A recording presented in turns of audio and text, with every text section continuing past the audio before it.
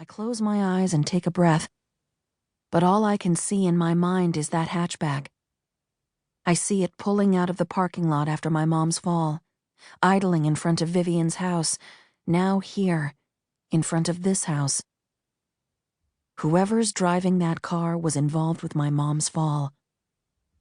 And now he's tracking Vivian, spying on her. And I was wrong. She's not safe after all, is she? I stare at the chess set in front of me, still untouched, waiting for Zachary's move. But all I can think about is my next move. Vivian Miller knows Jackson. Jackson is the one who resettled her after the incident in the row house. That's what Barker told me. And now she's back. Am I right? Is she in danger, another target, another victim of blackmail? Or is she working for him, for the Russians? My brain urges me to wait. Wait for Jackson to approach me again, record a confession, get him sent away.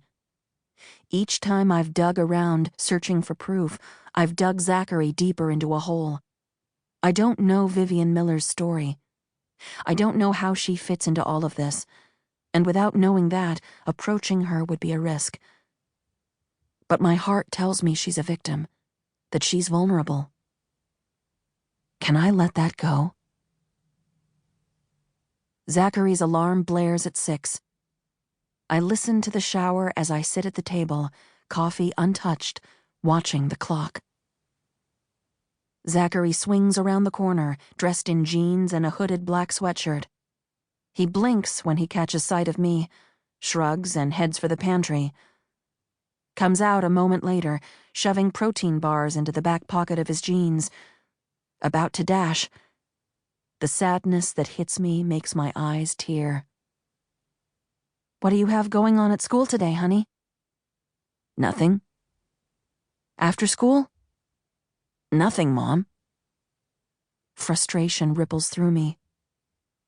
Zachary, Grandma told me you visited last week. And?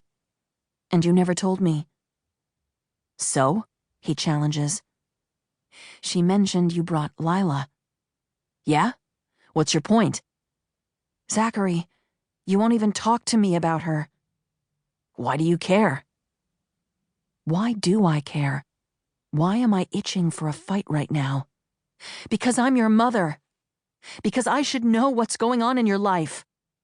You never tell me what's going on in yours. That's completely different. Why? I'm your mother, Zachary. I should know who you're hanging around with, what you're doing. It's up to me to keep you safe. You don't think I feel the same way about you? Speechless, I stare at him. What's he talking about? Before I can find words to respond, he stoops and kisses my cheek. A moment later, the front door slams shut. The name on the mailbox says Lane. Not Miller. Lane. There are lights on in the house, but I don't see anyone moving inside. I ignore the doorbell. Instead, I knock, hard. And I wait, breath held. Moments later, she's visible through the narrow window beside the door. We blink at each other through the glass. She looks like she's just seen a ghost. She remembers me. A deadbolt unlocks, and the door swings open. Can I help you? Vivian Miller asks, regaining her composure.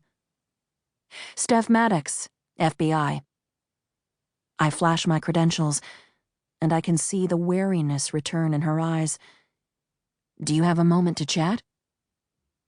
She studies my credentials carefully before she looks up and nods. Yeah, of course. Would you like to come in? She opens the door wider. She ushers me into a living room. There's a worn couch against the wall, an overturned toy lawnmower in the corner. I sit down on the sagging cushions of the couch. A doll with a tattered dress is propped up on the opposite chair, regarding me unblinkingly. Viv? Everything okay in there? A man's